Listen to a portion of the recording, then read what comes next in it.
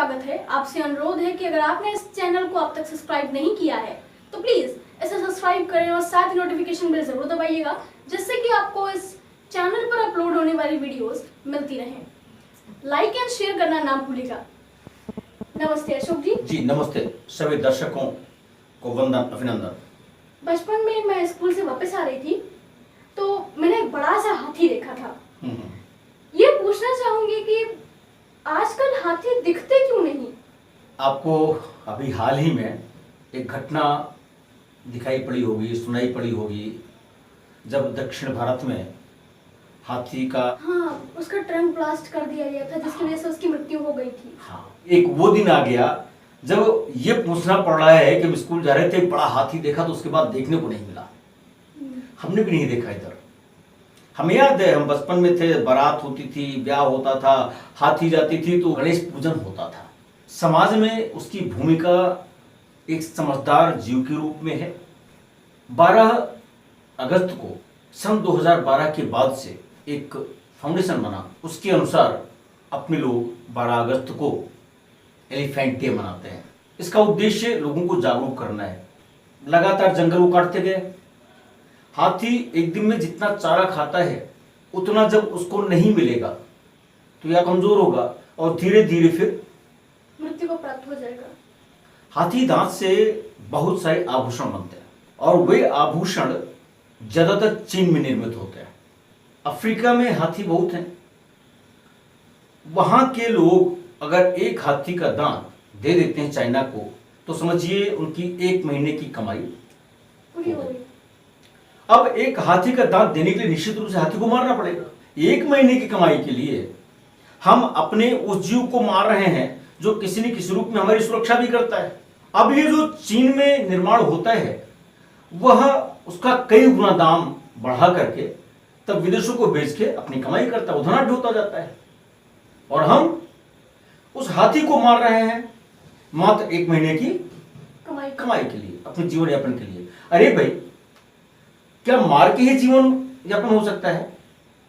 और कोई काम नहीं है, हम वो काम कर लें और उसके बदले में हम अपनी कमाई चलाएं, अपना जीवन चलाएं? हमारा जो उद्देश्य है हाथी दिवस मनाने का, वह सिर्फ इतना है कि लोग जागरूक हों और यदि खरीदने जा रहे हैं कहीं तो देखें कि क्या इस आभूषण या इस वस्तु की निर्माण की प्रक्रिया में हाथी दांत का उपयोग तो नहीं हुआ है।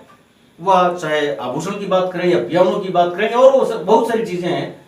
तो यदि हम ऐसा देखेंगे तो हमें लगता है कि एक छोटा सा प्रयास होगा हमारा ये, लेकिन ये छोटा सा प्रयास बहुत ज्यादा सार्थक होगा और हम हाथी को बचा पाएंगे। हालांकि हम भारत की बात करें तो भारत में वाइल्ड लाइफ एनिमल्स एक्ट है, जो जानवर हैं, जीव जंतु हैं, उनकी रक्षा के लिए कानून बना हुआ है। बिल्कुल।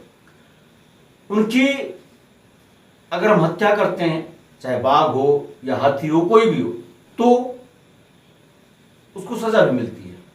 लेकिन उसको सजा मिल जाएगी, जेल चला जाएगा, लेकिन जो हमारी प्रकृति को नुकसान हुआ, हानि हुई, उसकी भरपाई कैसे होगी? जो जीव चला गया उसकी भरपाई कैसे होगी? बिल्कुल सही कहा आपने। इसलिए कानून को थोड़ा सा और सख्त करना पड़ेगा और लोगों को जागरूक करना पड़ेगा कि भाई आप आबादी इतनी बढ़ाते जा रहे हो कि जो उनकी रहने की जगह उस पर कब्जा करते जा रहे हो और फिर आप क्रैकर्स रख रहे हो, तार से बाड़ा बना रहे हो, वो जीव जंतु कहां जाएंगे? और यदि जीव जंतु ऐसे ही समाप्त होते रहे तो हम आप एक दिन नहीं रहेंगे, इसलिए कि आबादी बढ़ती जाएगी, हम आपके लिए खड़े होने की जगह नहीं रहेगी, लेटने की जगह नहीं रहेगी और हम आप आपस में ही लड़के मर जाएंगे। तो फिर जो बचेगा वो जिंदा रहेगा। तो वो स्थिति हम क्यों ला रहे हैं कि हमें आपस में युद्ध करना पड़े, संघर्ष करना पड़े? हमारे जीव जंतु भी रहें, प्रकृति में संतुलन भी बना रहे। हम आबादी को नियंत्रण अगर स्वयं से कर सके तो अच्छी बात है। सरकार को स्वयं भी चाहिए कुछ जनसंख्या नियंत्रण कानून लाए। धन्यवाद अशोक जी। मित्रगण, आपसे निवेदन है कि आप आसपास के लोगों को जागरूक करें और उनसे ये निवेदन करें कि आपके आसपास जो भी जीव जंतु हैं उनको संरक्षण दें। धन्यवाद।